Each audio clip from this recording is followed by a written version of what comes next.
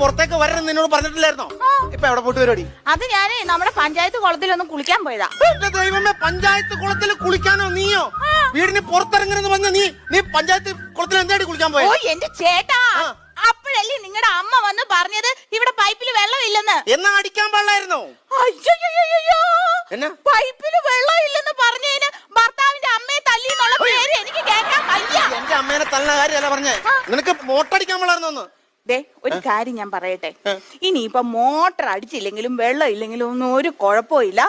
ഈ പഞ്ചായത്ത് കുളത്തിൽ പോയി കുളിക്കുന്നുണ്ടല്ലോ, ഭയങ്കര നൊസ്റ്റാൾജിയായിട്ടാ.